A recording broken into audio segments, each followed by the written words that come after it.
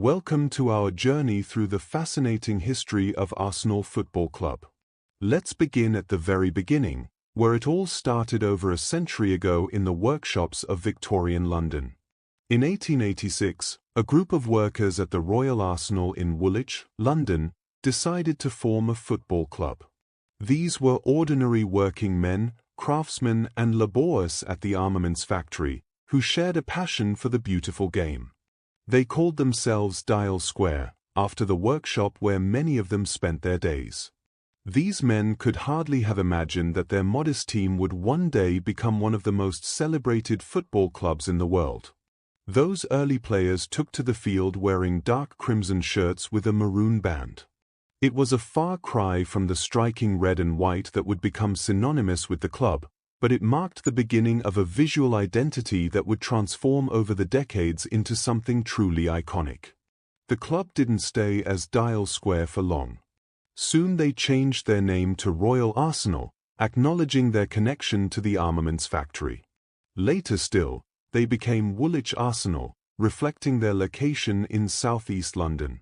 It wouldn't be until 1914 that they would simply become Arsenal, the name we know today. Each change reflected the club's evolution and growth, from its humble workshop origins to a recognized football institution. By 1889, the club was ready for competitive football. Their first match in the London Senior Cup saw them face Millwall Rovers, and what a debut it was. Arsenal won by an impressive 6-1, a resounding victory that must have given those early players tremendous confidence and pride in what they were building together. The nickname the Gunners emerged naturally from the club's origins among the munitions workers. It's a name that connects the modern club directly to its historical roots, a constant reminder of where it all began. The supporters, affectionately known as Gooners, carry this legacy forward with every chant and every match they attend. The club crest tells the same story. For generations, it has featured a cannon, that unmistakable symbol reflecting Arsenal's origins at the Royal Arsenal Armaments Factory in Woolwich. Every time fans see that cannon, they're looking at a piece of history, a link to those workers who first kicked a ball together in 1886. A pivotal moment came in 1893 when Arsenal became the first club from southern England to join the Football League. It was a significant achievement, marking the club's arrival on the national stage and opening up new possibilities for competition and growth. 20 years later, in 1913, the club made a decision that would change its destiny forever. Arsenal relocated from southeast London, leaving Woolwich behind and moving north to a new home. That home was Highbury Stadium, and it would become one of the most beloved grounds in English football. Highbury was officially known as Arsenal Stadium, and it would grow into something special.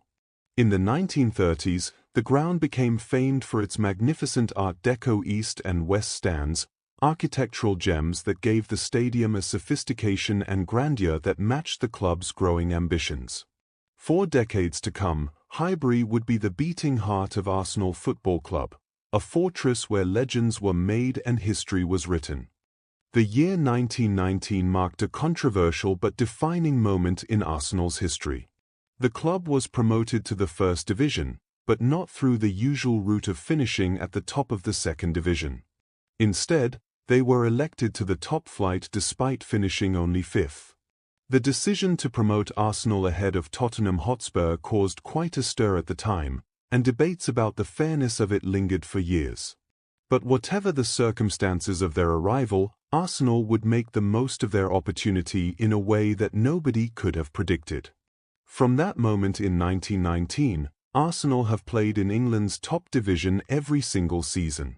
It's the longest unbroken run in the country, a testament to the club's consistency and resilience through decades of change in English football. Through 2 world wars, economic depressions, and countless shifts in the game itself, Arsenal have remained at the pinnacle. This remarkable staying power has resulted in another record. Arsenal FC holds the distinction of having played the most matches in English top-flight football, with over 4,000 league games since 1919. Think about that for a moment. Over 4,000 matches, each one contributing to the rich tapestry of the club's history. In those early years in the First Division, the club was managed by Leslie Knighton, who oversaw Arsenal from 1919 to 1925. Knighton laid important groundwork, but it was his successor who would truly revolutionize the club and, indeed, the entire game of football. Herbert Chapman arrived at Arsenal in the 1920s, and his impact cannot be overstated. Chapman was a visionary, a man ahead of his time who pioneered innovations that seem obvious today but were groundbreaking then. He championed the use of numbered shirts, making it easier for spectators to follow the game. He pushed for the installation of floodlights, opening up the possibility of evening matches. His mind was always working, always seeking ways to improve the game. Chapman's tactical innovations were equally revolutionary.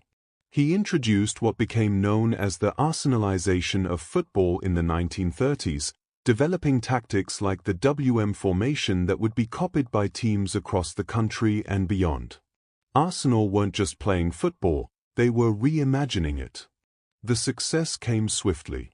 In 1930, Arsenal won their first major trophy, the FA Cup, defeating Huddersfield Town 2-0 in a replay. It was a moment of pure joy for the club and its supporters, validation of everything they had been building. Just a year later, in the 1930-31 season, Arsenal achieved something even more special. They became the first London club ever to win the English League title. The championship was clinched in dramatic fashion on the final day of the season with a 7-1 demolition of Grimsby Town. Jack Lambert scored 4 goals that day, a performance that lives on in the club's folklore. The team that won that title was built around brilliant players, none more so than Alex James. A diminutive Scottish playmaker with extraordinary vision, James was the creative heartbeat of Chapman's Arsenal. In the 1932-33 league-winning season, he provided 27 assists, a remarkable tally that showcased his ability to unlock defenses and create opportunities for his teammates. Arsenal's innovations extended beyond the pitch. They became the first English football club to install an underground heating system beneath their pitch at Highbury. This technological advancement helped prevent postponements during the harsh winter months, ensuring that matches could go ahead when other clubs were struggling with frozen grounds. It was another example of Arsenal's forward-thinking approach, always looking for that extra edge.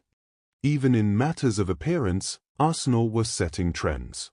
The club pioneered the use of white socks with red stripes in the 1930s, a design choice that might seem small but became iconic.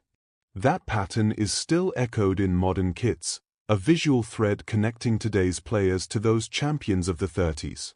The club's popularity during this golden era was immense. On the 9th of March, 1935, Highbury witnessed its record home attendance when 73,295 spectators packed into the stadium for a First Division match against Sunderland. Imagine the atmosphere that day, the roar of that crowd, the sense of occasion as tens of thousands of fans squeezed into every available space to watch their team. Arsenal's dominance in cup competitions was equally impressive. In 1936, they set a record that still stands, scoring 9 goals against Grimsby Town in a single FA Cup tie. The 9-1 victory demonstrated the attacking prowess of the team and their ability to overwhelm opponents on their day. The decades that followed brought new challenges and new triumphs. By 1970, under manager Bertie Mee, Arsenal were competing in European football. That year, they won the Intercities Fairs Cup, defeating Belgian side Anderlecht 4-3 on aggregate. It was the club's first taste of European glory, and it whetted their appetite for more. The following season, 1970-71, would become one of the most celebrated in Arsenal's history. The club completed the League and FA Cup double for the first time, an achievement that had eluded many great teams before them. It was a season of drama, skill, and determination. That team had characters who would become legends. Charlie George, a young player with flair and confidence, had earned his chance in remarkable fashion. As a youth player, he once scored the winning goal in training while barefoot, a moment of improvisation and skill that caught the eye of the coaches and eventually earned him his first-team debut in the 1970 FA Cup final. The club's commitment to youth was evident even then. In 1970, Arsenal once fielded a team of 11 youth players in a league match, all of them aged under 21. It was a bold statement about the quality coming through the academy and the club's faith in its young players. At Highbury, the North Bank became legendary.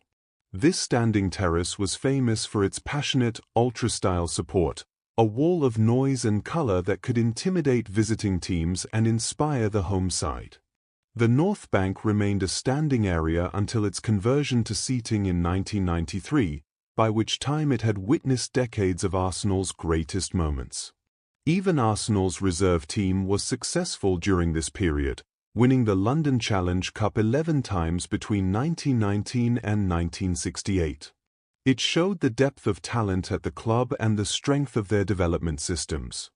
The club's ambitions extended globally too. In 1967, Arsenal embarked on their first international tour, traveling to Australia and New Zealand. They played 11 matches on that tour and won 10 of them, spreading the Arsenal name to the other side of the world and building a fan base that would grow exponentially in the years to come. These long journeys by ship and plane were arduous, but they helped establish Arsenal as a truly international club. In 1980, Arsenal made headlines with a transfer that set an English record.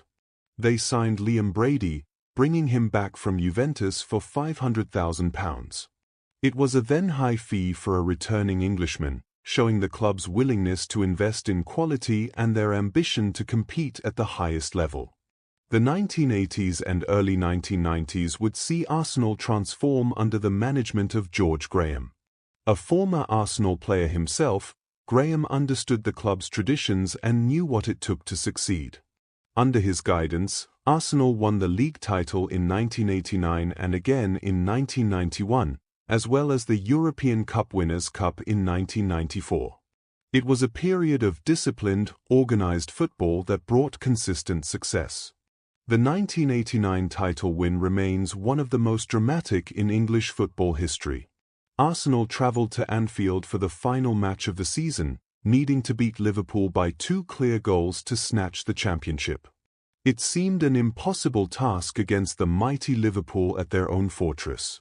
But Arsenal rose to the occasion, and in the final minute of the match, Michael Thomas scored the goal that secured a 2-0 victory and the title. The scenes of celebration were unforgettable, a moment frozen in time for every Arsenal supporter. That team included David Rocastle, a Hale End graduate who had come through Arsenal's youth system. Nicknamed Rocky, Rocastle captained the club at just 21 years of age and was instrumental in the 1989 title triumph. He represented everything good about Arsenal's commitment to developing young talent and giving them opportunities to shine. Graham's Arsenal eventually claimed European glory in 1994, winning the UEFA Cup Winners' Cup by defeating Parma 1-0 in the final. It remains Arsenal's only major European trophy, a piece of silverware that holds a special place in the club's history. During this era, a supporters' anthem emerged that perfectly captured the team's style.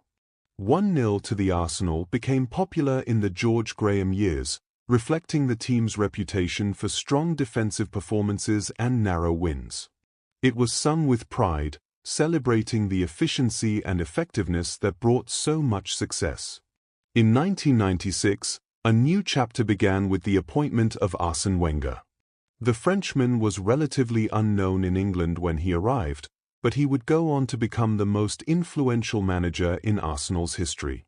Under Wenger, who managed the club from 1996 to 2018, Arsenal won 3 Premier League titles and 7 FA Cups, playing a brand of football that was beautiful to watch. Wenger became Arsenal's longest-serving manager, overseeing 1,235 competitive matches in charge of the club. His tenure spanned over 2 decades, during which he transformed not just Arsenal but English football as a whole, introducing new training methods, dietary practices, and tactical innovations. The records tumbled during Wenger's early years. In the 2001 to 2002 season, the team won 14 consecutive league games, a testament to their consistency and quality. That season showcased the attacking flair and defensive solidity that made Arsenal so formidable. In the 2002 FA Cup semi-final against Newcastle, Arsenal produced a memorable moment. Ray Parlour and Freddie Ljungberg scored back-to-back goals that secured a vital victory and sent Arsenal through to another final. These were the kinds of moments that defined the Wenger era, moments of skill, teamwork, and clinical finishing when it mattered most. Between May 2003 and October 2004, Arsenal achieved something that had never been done before in English football and may never be done again. They went 49 matches without defeat in the league, the longest unbeaten run in English top-flight history. Week after week, they found ways to win or to grind out draws when victory wasn't possible. The pressure mounted with each game, but they kept the run going through skill, determination, and an unshakable belief in themselves. The pinnacle of this achievement came in the 2003 to 2004 season when Arsenal won the Premier League without losing a single match. They earned the nickname the Invincibles, a title that perfectly captures the aura of invulnerability they possessed that season. While 38 players were part of the squad, only 17 made league appearances, with goalkeeper Jens Lehmann playing every single minute of every game. His consistency between the posts was a crucial part of the success. This incredible achievement gave Arsenal 13 league titles in total, cementing their place among England's most successful clubs. But the Invincibles season was about more than just not losing. It was about the style and grace with which they played, the artistry they brought to the pitch week after week. Their attacking prowess during this period was relentless. Arsenal once went 55 consecutive league matches scoring at least one goal, a run that lasted from May 2001 to November 2002. Opposition teams knew Arsenal would score. The question was whether they could score enough themselves to keep pace. The success continued in Europe too.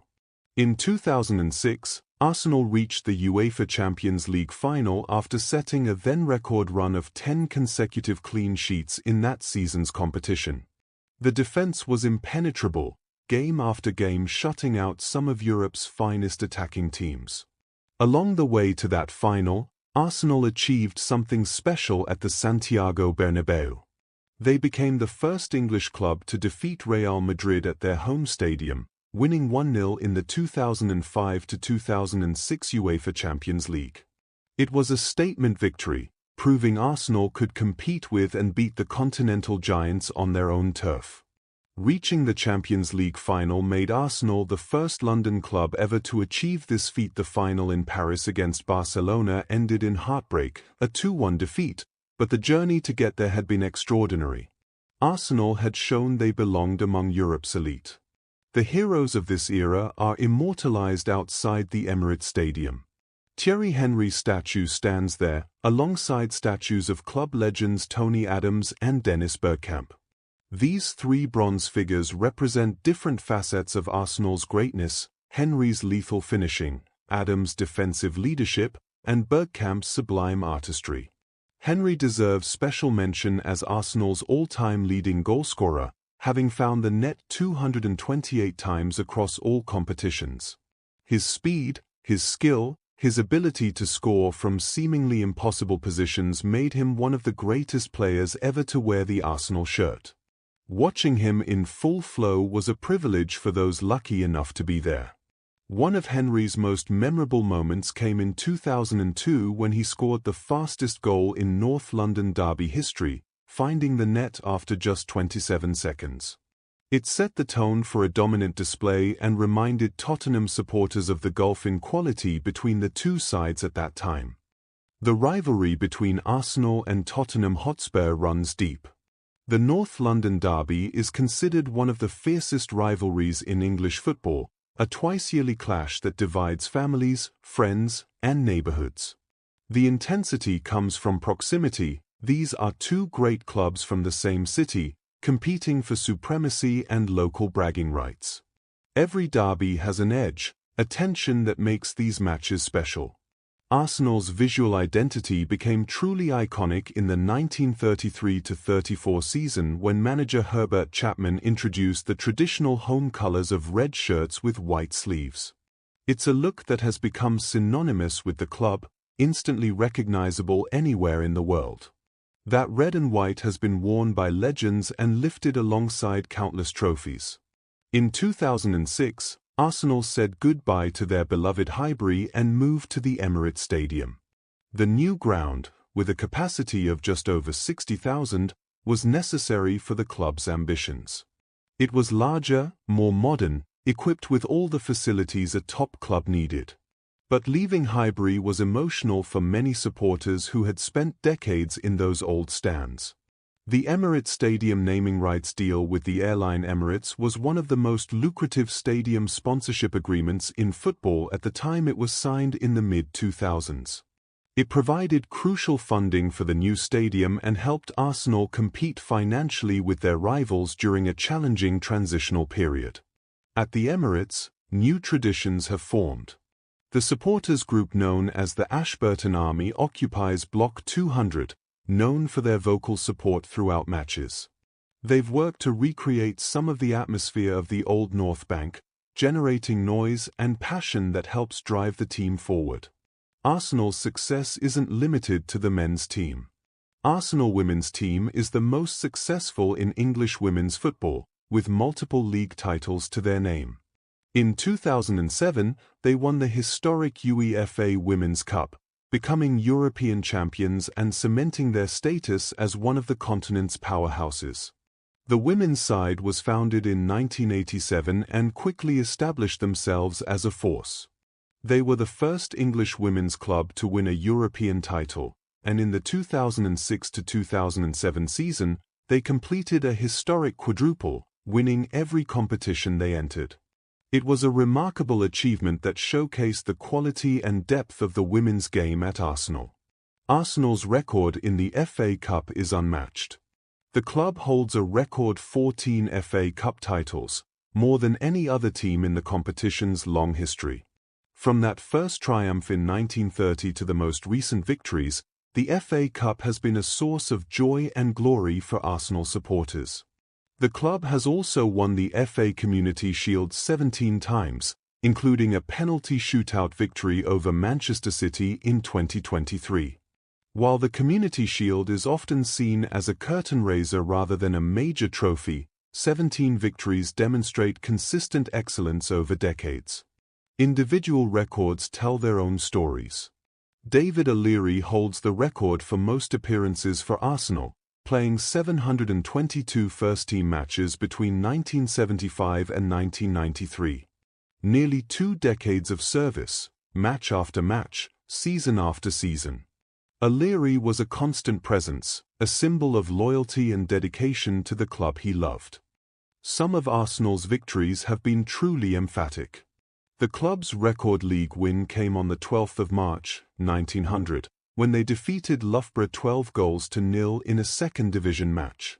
It's hard to imagine such a scoreline in modern football, but it speaks to the dominance Arsenal could assert even in those early days. In the FA Cup, Arsenal's record victory is also 12-0, achieved against Ashford United in a qualifying round match on the 14th of October, 1893. These crushing wins are part of the club's history, reminders of days when mismatches could produce extraordinary scorelines. Arsenal's record European victory stands at 7-0, a scoreline they've achieved twice.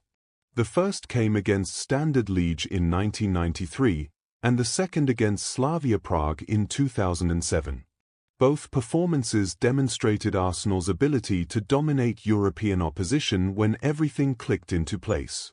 Between 1992 and 2002, Arsenal reached the FA Cup quarter-finals in 11 consecutive seasons, a record for the most consecutive appearances at that stage of the competition. Year after year, they navigated the early rounds and found themselves among the final 8 teams, a testament to their consistency in knockout football. Even Arsenal's kit choices have become memorable. The club's away kit in the 1991-92 season featured a distinctive gold design that was later voted a fan favorite.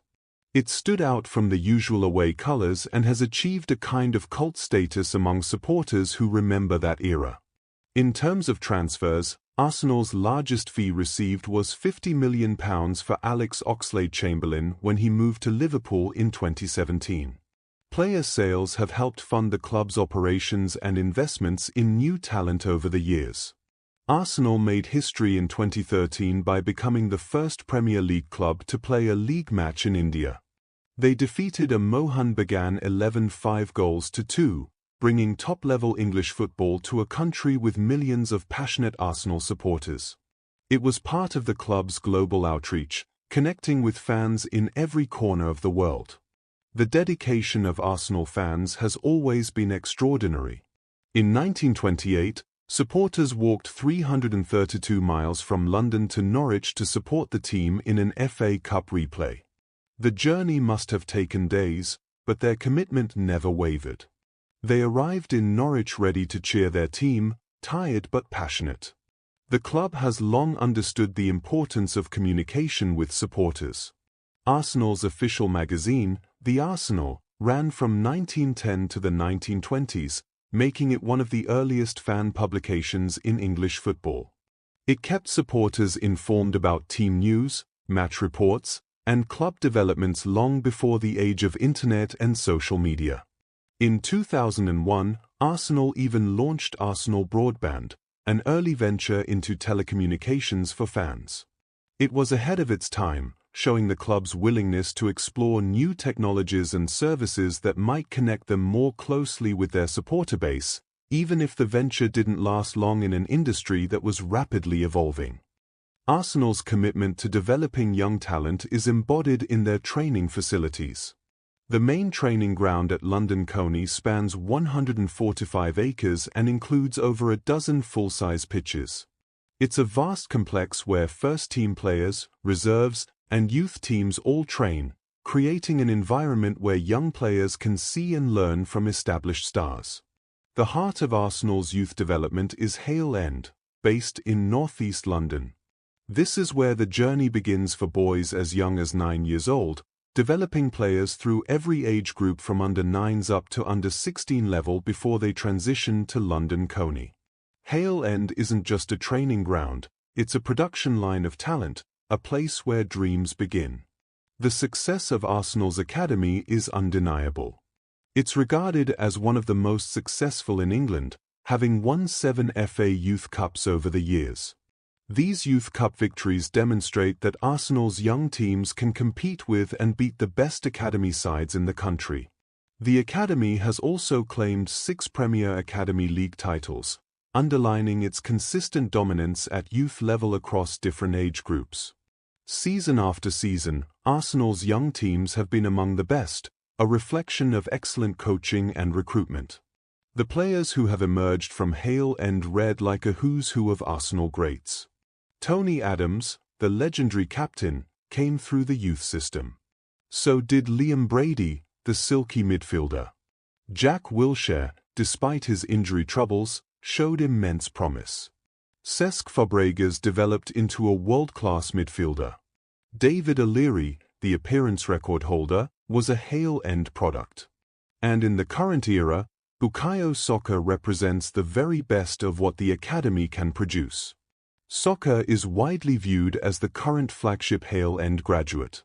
He progressed through every age group at Arsenal before breaking into the first team and becoming a key player for both club and country. Watching his development has been a joy for Arsenal supporters who value the homegrown talent. After retiring from professional football in 2018, Per Mertesacker, the former Arsenal and Germany centre-back, became the academy manager. His experience at the highest level and understanding of what it takes to succeed has been invaluable in shaping the next generation of Arsenal players. The commitment required from young players at Hale End is significant. Boys as young as 8 train in the evenings after school, following structured programs that can involve 4 training sessions per week plus a match at certain age groups. It's a demanding schedule that requires dedication from both the players and their families. For older academy age groups, such as the under-16s, training sessions are routinely recorded on video and analyzed to give players detailed feedback on their performance. This attention to detail helps accelerate development, allowing young players to understand their strengths and work on their weaknesses with precision. The academy structure is carefully designed to create pathways to the first team. Hale End links with London Coney so that under-18, under-21, men's, and women's teams work closely together. The philosophy is two sides but one team, ensuring consistency in playing style and values across all age groups. A young player moving up from the under-18s should find the transition smooth because the methods and expectations are aligned. Since 1998, Arsenal's Youth Academy has produced over 70 players who have made first-team appearances. Not all became regular starters or club legends, but each one reached the pinnacle of playing for Arsenal's senior team, a dream many young players have but few achieve. Arsenal's academy has even partnered with environmental education initiatives in recent years, helping reduce plastic use and food waste across youth teams while teaching players about sustainability. It's an acknowledgement that footballers are role models and that clubs have a responsibility to help shape well-rounded individuals, not just talented athletes. The club's commitment to the community extends far beyond the football pitch. Arsenal established the Arsenal Charitable Trust in 2009 to support community projects in London. It formalized the club's charitable work and gave it structure and focus, allowing Arsenal to make a real difference in people's lives. The Arsenal Foundation has been remarkably successful in its mission. Since 2009, it has raised over £50 million for education, health, and social projects in Islington and beyond. That's an extraordinary sum that has funded countless initiatives, helped thousands of people, and strengthened the bond between the club and the local community. The reach of Arsenal's community work is impressive. The club's community arm has delivered over 1,700 programs annually, reaching more than 100,000 people in London. These programs cover sports, education, health, employment, and social inclusion, touching lives in meaningful ways across multiple generations. At the heart of all this work is the club motto, Victoria Concordia Crescit, which is Latin for victory through harmony. It's a phrase that appears on the club crest and captures something essential about Arsenal's philosophy. Success comes not just from individual brilliance but from unity, teamwork, and collective effort.